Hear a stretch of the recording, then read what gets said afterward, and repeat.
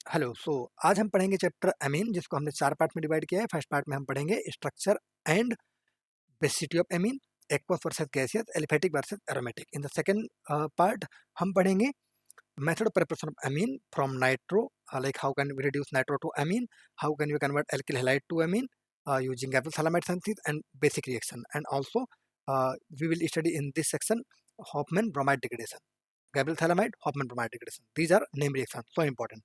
In the third section we will study about the uh, diazonium salt preparation and all important reaction of diazonium salt, including coupling reaction as well, Sandmeyer, Gattermann, all reaction. And in the last section हम पढ़ेंगे some basic test of amine, that is Karpelman test and Hinsberg test. Okay, तो हम शुरू करेंगे first part, that is basicity of amine and structure of amine. Structure of amine में कुछ भी आपको लाइक आप पढ़ चुके हैं कि ये पिरामिडल शेप होता है, करेक्ट। ये अमोनिया का शेप है, करेक्ट। तो ऐसे कोई भी अमीन हो, प्राइमरी सेकेंडरी टर्सरी, आपको यही शेप मिलेगा। चलिए, तो हम बेसिसिटी डिस्कस करेंगे, दैट इज प्राइमरी अमीन के कंपेरिजन करेंगे हम सेकेंडरी अमीन से, और हम उसे कंपेयर करेंगे टर्सरी अमीन से, राइट। जैसे कि आप जानते हैं, जो एल्किल ग्रुप होता है वो होता है प्लस आई डोनर, और बेस क्या होते हैं? बेस वो होते हैं जो जितनी इजीली प्रोटॉन एक्सेप्ट कर सकें। इसीलिए आप जानते हैं इनऑर्गेनिक बेस जैसे कि hydroxide, sodium hydroxide, calcium hydroxide, वो बहुत अच्छे बेस होते हैं क्योंकि वो H प्लस को बहुत ही इजीली एक्सेप्ट कर सकते हैं। अमीन जो है, अमोनिया जो है, वो हमारे क्या है, वो लेविस बेस हैं। तो इनकी बेसिसिटी किस पे डिपेंड करेगी कि ये कितनी इजीली लोन पेयर को डोनेट करके H प्लस को एक्सेप्ट कर सकते हैं। जैसे आप प्राइमरी अमीन या आप सिंपल अमोनिया की बात कीजिए, यहाँ पर लोन पेयर अवेलेबल तो हैं, राइट, और ये डोनेट भी किए जा सकते हैं। ये बेस है, राइट, और ये एक वीक बेस है। बट अगर कोई ऐसा ग्रुप लग जाए जो क्या हो, इलेक्ट्रॉन डोनर हो, जैसे आप जानते हैं आर ग्रुप क्या होते हैं? Plus I donor, like inductive effect donate करते हैं। ये जो है इलेक्ट्रॉन को डोनेट करते हैं टुवर्ड्स नाइट्रोजन, करेक्ट। हम ये कह सकते हैं कि ये डोनेट करते हैं इलेक्ट्रॉन को टुवर्ड्स नाइट्रोजन, ठीक है। तो इसीलिए ये क्या करते हैं, नाइट्रोजन पर इलेक्ट्रॉन डेंसिटी बढ़ा देते हैं, जिसकी वजह से ये इलेक्ट्रॉन जो है वो बहुत ही इजीली H प्लस पर अटैक कर सकते हैं, करेक्ट। जितने ज्यादा आई डोनर ग्रुप होंगे उतनी ज्यादा बेसिसिटी होनी चाहिए, और ये होता भी है, राइट। गैसियस फेज में यही होता है कि जितने ज्यादा आई डोनर, प्लस आई डोनर यानी इलेक्ट्रॉन डेंसिटी डोनर, यहाँ पर क्या है 1, यहाँ पर कितने हैं? सिर्फ 2। ये आपके आर ग्रुप है ना, sorry for like I had previously mark as hydrogen. यहाँ पर आपके ये आर ग्रुप है, यहाँ पर आपके ये तीनों आर ग्रुप हैं। तो यहाँ आप देख सकते हैं कि प्लस आई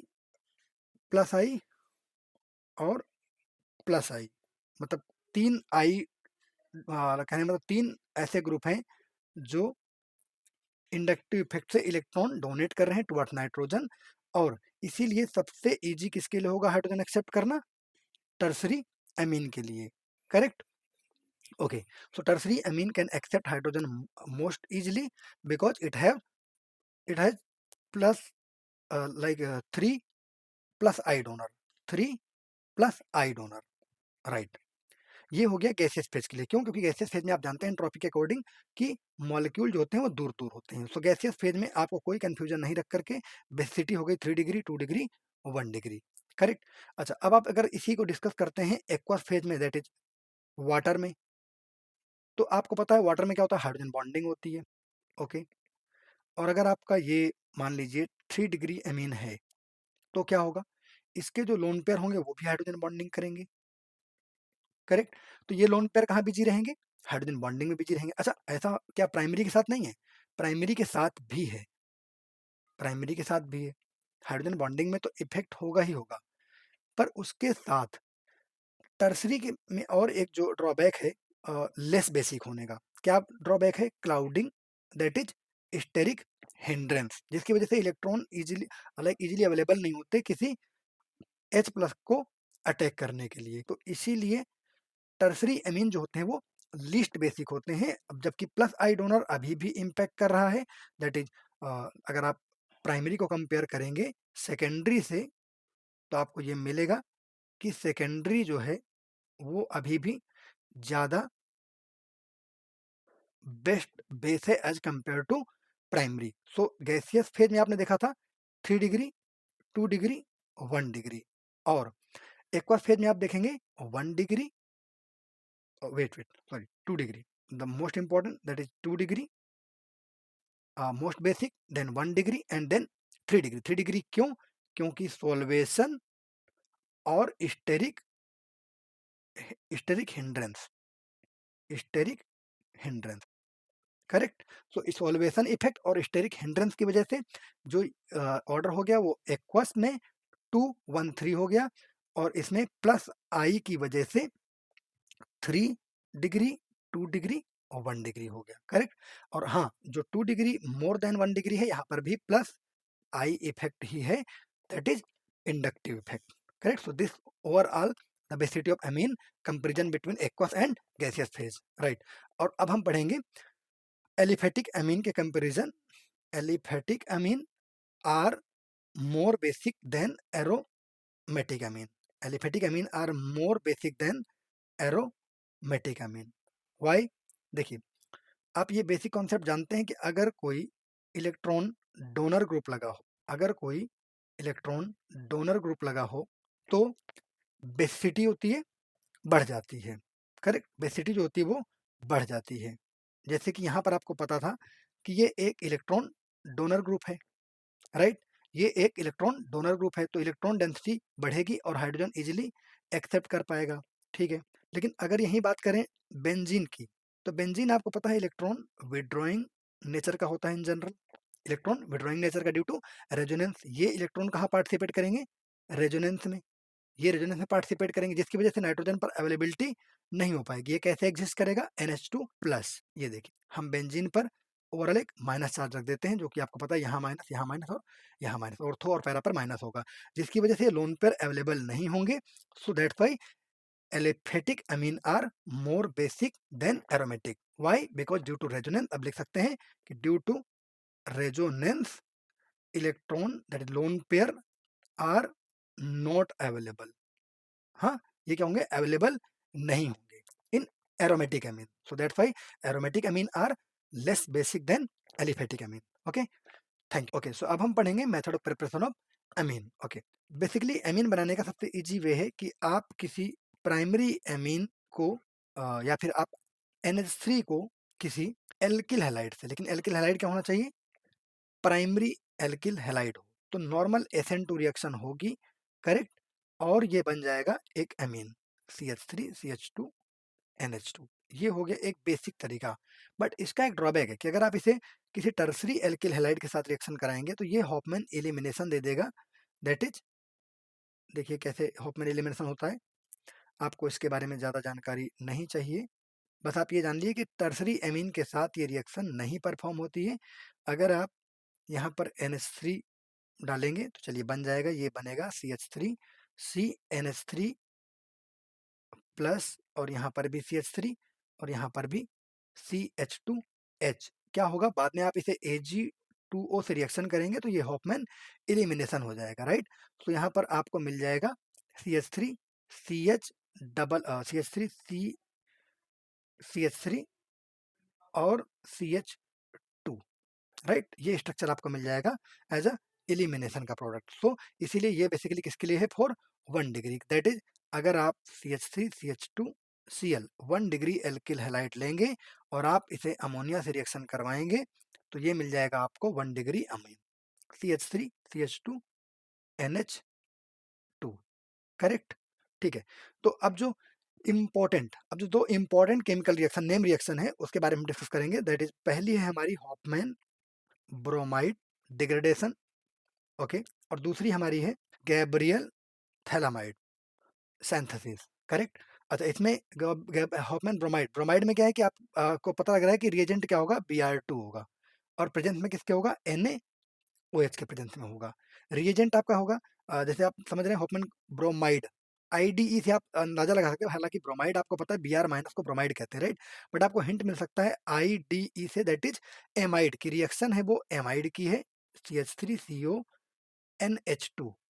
और होता क्या है कि डिग्रेडेशन आपने पढ़ा होगा, डिकार्बोक्सिलेशन। तो डिकार्बोक्सिलेशन में क्या होता है, CO2 उड़ता है, बट डिग्रेडेशन में क्या होगा, यहाँ पर कार्बोनिल जो है वो रिमूव होगा और क्या बनेगा, CH3NH2। So this is simplest reaction, aliphatic और एरोमेटिक एमीन दोनों के साथ पॉसिबल है। होगा क्या, इसमें सिर्फ और सिर्फ आपका सॉरी सिर्फ और सिर्फ इसमें क्या निकलेगा, आपका कार्बोनिल ग्रुप जो है वो रिमूव हो जाएगा और बन जाएगा इसमें एक एमीन। करेक्ट। और ये बेसिकली सबसे प्रेफर्ड है एमाइड टू अमीन कन्वर्जन के लिए, bromine in presence of NaOH, Br2 NaOH। अच्छा, गैब्रियल थैलामाइड के लिए खास बात क्या है, गैब्रियल थैलामाइड के लिए खास बात है कि ये सिर्फ स्पेसिफिक है 1 डिग्री एमीन के लिए, 1 डिग्री एमीन के लिए। और खास बात 1 डिग्री एमीन के लिए और ओनली फॉर एलिफेटिक अमीन के लिए, एलिफेटिक अमीन। क्यों, क्योंकि एरोमेटिक जो अमीन होते हैं वो न्यूक्लियोफिलिक सब्स्टिट्यूशन रिएक्शन नहीं देते। करेक्ट। अगर आप क्या कहेंगे, वेट अगर आप एरोमेटिक एल्किल हैलाइड लेंगे तो ये रिएक्शन आपको नहीं मिलेगी, क्योंकि इससे क्या होगा, आपको पता है बेंजीन पे आ जाएगा पॉजिटिव चार्ज और एरोमेटिसिटी हो जाएगी डिस्टर्ब। सो इससे इसीलिए क्या होगा, इलेक्ट्रोफिलिक सब्स्टिट्यूशन रिएक्शन देते हैं बेंजीन, ना कि न्यूक्लियोफिलिक सब्स्टिट्यूशन रिएक्शन। और गैब्रियल थैलामाइड इंक्लूड करता है nucleophilic substitution reaction, that is SN2 reaction. कैसे, चलिए देखते हैं। हमने कहा ये है हमारे पास गैब्रियल थैलामाइड का reagent, that is phthalimide. Okay, acid base reaction होगी, ये अभी एसिडिक है। अगर हम इसे KOH से रिएक्शन करेंगे तो हमारे पास सॉल्ट बनेगा और वाटर बनेगा। ठीक है, सॉल्ट बनाएंगे हम N-K+। आप यहाँ पर KOH की जगह NaOH भी यूज कर सकते हैं, या फिर कैल्शियम हाइड्रोक्साइड या मैग्नीशियम हाइड्रोक्साइड भी यूज कर सकते हैं, नो डाउट, कोई भी बेस। अब हम इसमें आगे देखेंगे, कंटिन्यू करेंगे कि हमने ओके क्या किया है, इसका रिएक्शन कराएंगे किसी एल्किल हैलाइड से। वो भी बेटर क्या होगा कि अगर हम जब जानते हैं SN2 रिएक्शन होनी है तो हम प्राइमरी एल्किल हैलाइड लें। अब ये जो N- है वो यहाँ पर अटैक करेगा CH2 पे और ये Cl एक बार में ही छोड़कर चला जाएगा। और देन जो बनेगा जो प्रोडक्ट उसको हम हाइड्रोलाइज कर देंगे और हमें मिल जाएगा हमारा प्राइमरी अमीन। ये देखिए ये हो गया CH2 CH3। अगर आप इसे हाइड्रोलाइज करेंगे H2O से तो आपको क्या मिलेगा, एसिडिक मीडियम यूज कीजिएगा H+H2O, तो आपको मिलेगा कैब, ये थैलिक एसिड मिल जाएगा एक प्रोडक्ट, और आपका जो मेन प्रोडक्ट है वो मिल जाएगा अमीन, दैट इज CH3 CH2 और NH2। राइट। तो this is basically for preparation of 1 degree amine. तो अब हम फोकस सिर्फ इतना करेंगे कि हॉफमैन ब्रोमाइड डिग्रेडेशन एमाइड से एमाइन के लिए है with 1 less carbon. Correct. Reagent क्या है, Br2 NaOH। और गैब्रियल थैलामाइड क्या है, कि आपका थैलामाइड जो है वो क्या है, रिएक्टेंट है। और आपका रिएक्टेंट क्या होगा, alkyl halide, that is 1 degree और 2 degree alkyl halide in presence of NaOH और KOH। ये आपका हो जाएगा फर्स्ट स्टेप में। सेकंड स्टेप में आप यूज करेंगे H+ एंड वाटर। तो आपको क्या मिलेगा, primary amine, 1 degree amine is the specificity of Gabriel phthalimide. और याद रखिएगा सिर्फ एलिफेटिक ही देंगे, एरोमेटिक नहीं देंगे। क्यों नहीं देंगे, अभी आपको बताया गया, इलेक्ट्रोफिलिक एरोमेटिक सब्स्टिट्यूशन रिएक्शन देते हैं बेंजीन, ना कि like normal SN1 SN2 reaction. Correct. तो चलिए ओके, तो हम अब पढ़ेंगे डाइजोनियम सॉल्ट की रिएक्शंस। डाइजोनियम सॉल्ट की रिएक्शन क्या है, रिएक्शन जरा देख लेते हैं। N2Cl plus minus. हम इसकी बहुत सारी रिएक्शन पढ़ेंगे। कौन कौन सी रिएक्शन है, आप लाइन से देख सकते हैं कि हम अगर Ki से या फिर Na से रिएक्शन करवा देंगे तो ये बन जाएगा फेनल आयोडाइड। अगर हम इसकी रिएक्शन HbF4 से करा दें तो ये बन जाएगा, यहाँ पर फ्लोरीन आ जाएगा बेंजीन पर। और अगर हम इसे H3PO2 से रिएक्शन करा दें तो सिंपली बेंजीन बन जाएगी। करेक्ट।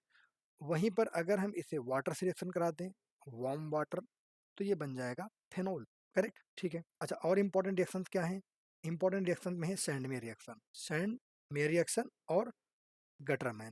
सैंडमेयर में क्या खास बात है, कि आप यूज करते हैं CuCl या फिर CuBr in presence of HCl और HBr, और आपको मिलता क्या है, फेनिल क्लोराइड और फेनिल। करेक्ट। सिमिलरली गटरमैन में भी आप यही यूज करते हैं, बस कॉपर यूज कर लेते हैं, HCl और यहाँ पर Cu in presence of HBr। तो गटरमैन में Cu in presence of HCl and HBr। तो इसमें आपको वही मिलेंगे जो प्रोडक्ट वहाँ मिले हैं आपके, कि alkyl phenyl chloride and phenyl bromide. तो ये थी आपकी कुछ इंपॉर्टेंट रिएक्शन डाइजोनियम की। अब जो एक हिस्सा है वो डाइजोनियम का बहुत ही इंपॉर्टेंट है, वो क्या है? आप देख सकते हैं सेंडमेयर में हमें क्या है, लाइक हमने CuCl CuBr यूज किया है और यहाँ पर हमने ओनली Cu यूज किया है, राइट? ठीक है। सो अब हम यूज करेंगे, अब हम डाइजोनियम को यूज करेंगे कपलिंग के लिए। कपलिंग रिएक्शन क्या होती है? ये आपका डाइजोनियम का स्ट्रक्चर होता है, यहाँ पर प्लस Cl माइनस। अगर आप कोई ऐसा बेंजीन यूज करते हैं जो किसी ऐसे ग्रुप से अटैच है जो ऑर्थो पैरा डायरेक्टिंग है, तो कपलिंग पैरा पोजिशन से होगी। To avoid steric hindrance, coupling कहाँ से होगी? पैरा पोजिशन से। ये बन जाएगा हमारा कॉम्प्लेक्स। अब OH की जगह चाहे कोई CH3 हो या कोई भी R ग्रुप हो या कोई NH2 ग्रुप हो, ठीक है, कोई भी ऐसा ग्रुप हो जो ऑर्थो पैरा डायरेक्टिंग है तो पैरा से कपलिंग हो जाएगी। अच्छा, अगर ऐसा ही कोई ग्रुप हो जो मतलब मेटा डायरेक्टिंग हो, जैसे मान लीजिए यहाँ पर NO2 है या कार्बोक्सिलिक एसिड है या बेंजल्डिहाइड है, राइट, अगर कोई भी ऐसे ग्रुप है तो कपलिंग कहाँ से होगी? तो मेटा से होगी। तो कपलिंग होगी मेटा से, that is N double bond N, और ये बन गया आपका प्रोडक्ट, राइट? यहाँ पर कहाँ से कपलिंग हुई है? मेटा से। So this all are the important reaction of diazonium salt, that is coupling reaction और सैंडमेयर गटरमैन। बाकी आपने सारी रिएक्शन इसमें इंक्लूड कर दी है, ठीक है। तो अब आखिरी सेक्शन हमारा जो बाकी है वो है टेस्ट। कौन कौन से टेस्ट आप पढ़ने वाले हैं? कार्बलामाइन। कार्बलामाइन बहुत ईजी है क्योंकि ये सिर्फ 1 डिग्री अमीन प्रोड्यूस करते हैं। आप मान लीजिए CH3 NH2 है, राइट, और अगर आप इसकी रिएक्शन करवाते हैं किसके साथ? 1 डिग्री, लाइक कि क्लोरोफॉर्म के साथ, और in presence of any base that is KOH और KOH या फिर NaOH, तो बन जाता है आइसोसायोनाइड, और ये सिर्फ प्रोड्यूस होता है 1 डिग्री के साथ। तो कार्बलामाइन टेस्ट ओनली फॉर 1 डिग्री। जो टेस्ट हमारा नेक्स्ट है वो है हिंसबर्ग। ये बहुत इंपॉर्टेंट है, हिंसबर्ग टेस्ट। ये 3 डिग्री द्वारा नहीं दिया जाता है, करेक्ट, तो हम इसे इग्नोर करेंगे। और पहले हम जानेंगे कि रिएजेंट क्या है। रिएजेंट है हमारा बेंजीन सल्फोनिल क्लोराइड। अगर 1 डिग्री के साथ बनेगा, लाइक रिएक्शन होगा, तो क्या डेरिवेटिव बनेगा? आप देख लीजिए डेरिवेटिव, HCl निकल जाएगा और ये हो जाएगा NHCH3, राइट। और क्योंकि ये एसिडिक प्रोटोन है तो अगर आप इसे KOH में डिजॉल्व करेंगे तो एसिड बेस रिएक्शन होगी और ये डिजॉल्व हो जाएगा, राइट। पर अगर यही डेरिवेटिव हम बनाएं एक सेकेंडरी एमीन का, क्या हो जाएगा सेकेंडरी एमीन का डेरिवेटिव? NCH3CH3। तो यहाँ पर कोई भी अब एसिडिक प्रोटोन नहीं है, तो ये KOH में या फिर एल्केलिन सॉल्यूशन में इनसॉल्युबल होगा, इनसॉल्युबल होगा, राइट। हाँ, 3 डिग्री रिएक्शन ही नहीं करेगा, दैट इज अगर आप इसकी रिएक्शन किसी 3 डिग्री से करवाएंगे तो वो रिएक्शन होगी ही नहीं। NCH3CH3 और CH3, तो अगर आप इसकी रिएक्शन करवाएंगे तो ये रिएक्शन नहीं होगी। क्यों नहीं होगी? क्योंकि कोई भी हाइड्रोजन नहीं है जो इलेक्ट्रोफाइल की तरह जा सके Cl माइनस के साथ, राइट। तो इसीलिए अगर आप सिंपली कहें तो 3 degree no reaction, 2 degree react but insoluble in alkaline, okay, 1 degree react भी करेगा एंड सॉल्युबल भी होगा KOH या फिर एल्कलिन में, बेस में, right. So this is overall chapter amine. Okay, thank you.